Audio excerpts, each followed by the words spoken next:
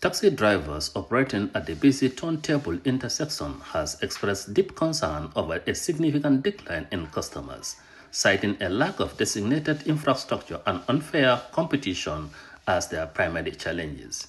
In an interview with Global Radio and TV, the drivers highlighted that their daily operations are being severely hindered by the absence of a designated taxi garage.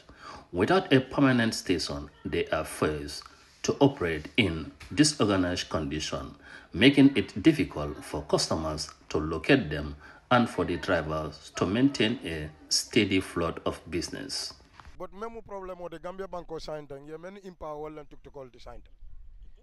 How my riders in Sabol menanga dramango.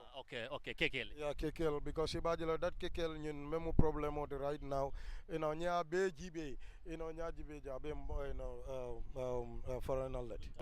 A major point of contention raised by the drivers in the rise of tricycle taxis, commonly known as KKs. The taxi drivers lamented that the KK operators are increasingly taking over their traditional routes and customers' beats. Furthermore, the drivers that a significant number of KK operators are foreign nationals, which they feel further complicated the local transport market and threaten the livelihoods of the Gambian taxi drivers. Keke na ita be wonya to fon ye ita break keke be futal dro yebula nyaida Bari nin tilo boyta al ika sotole but manke comme like ko to ma benu nyama taxi benu nyama ni sign is different. Yeah, jam fara Allah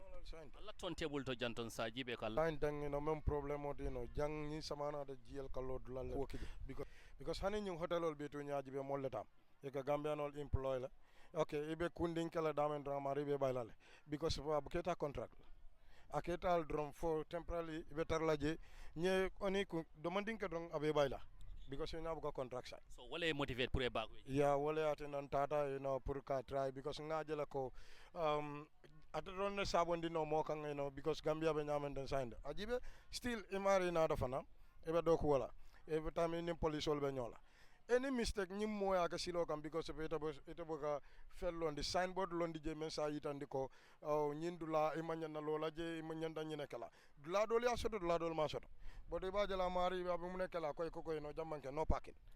Bari muna muila experience ti silo nyinkang kabrita da bakwela isi demanding fono mo le kole akol mel sor silo kan. ya kole abije me alon ko manke demanding ti ya sembo soto bake yeah because of inyom mo fingol o fa mona mo kole alde because ndol dam mal jaw ya dañona okay Garas ko be nyaadi le taxi le ale garas o sor la fo fal sula da garas o la be client on sor la dame. yeah jang garage balem turntable garage balem but memu problem o de Gambia banko sign tang ye men impa wala tuk to call the sign how my riders in Sabol menanga dramango. Okay, kekel. Yeah, kekel because ibajelo that kekel ñun memu problem o de right now nya be jibe nya jibe jabe foreign outlet luntangol lem but nye jan jibe tu nya jibe abe mbanko dingal Sa kamunta ko that kekel sande nya jibe wolle taxi dominate ya porta bagasol je men be janate walla fana dominate because sign tang do ko woni manta takang wol mol ko concentrate to muna kenandi keke tiol nyulo wol mulun town lati yol empower atel mel mo taxi tiol te matel empower ya mera muna ba koma munem problem o right now comme Gambian ol fangle fanna problem ti because Gambian aka wandi banko ding do ayo salendi wala fisiata ala banko ding jindi because ikajo silo fan kay katale ye keke na ita be wonya to fan ye ita break keke be futal dro yebula nyaida bari nin tilo boyta al taxi driver la ka fen soto la be men sambala so ko of course ika soto le but manke comme like ko to ma benu nyama taxi benu nyama ni sign is different yeah jam fa Allah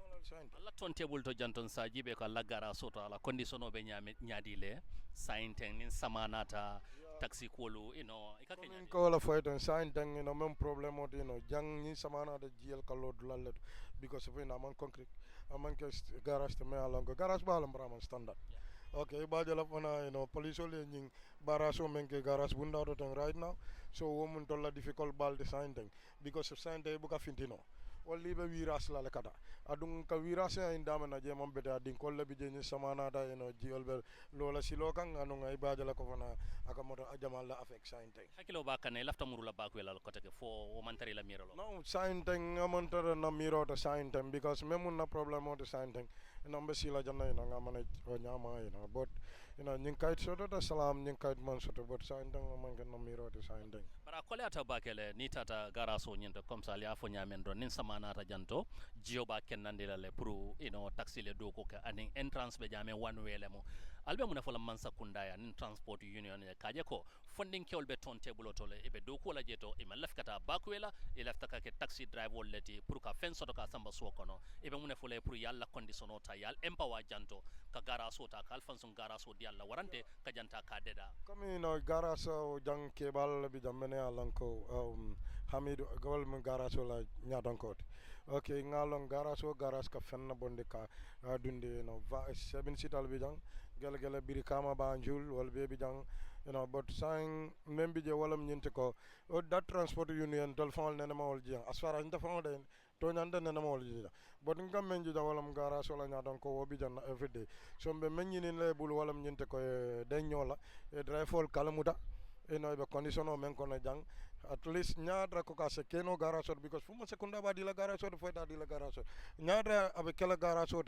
ya tra ya maintain e janda da ya concrete. The taxi drivers in Turntable appeal to the government of the Gambia and Transport Union to intervene urgently. Their primary demands include the establishment of standard designated taxi garage at Turntable to provide a structure and professional environment for their operation,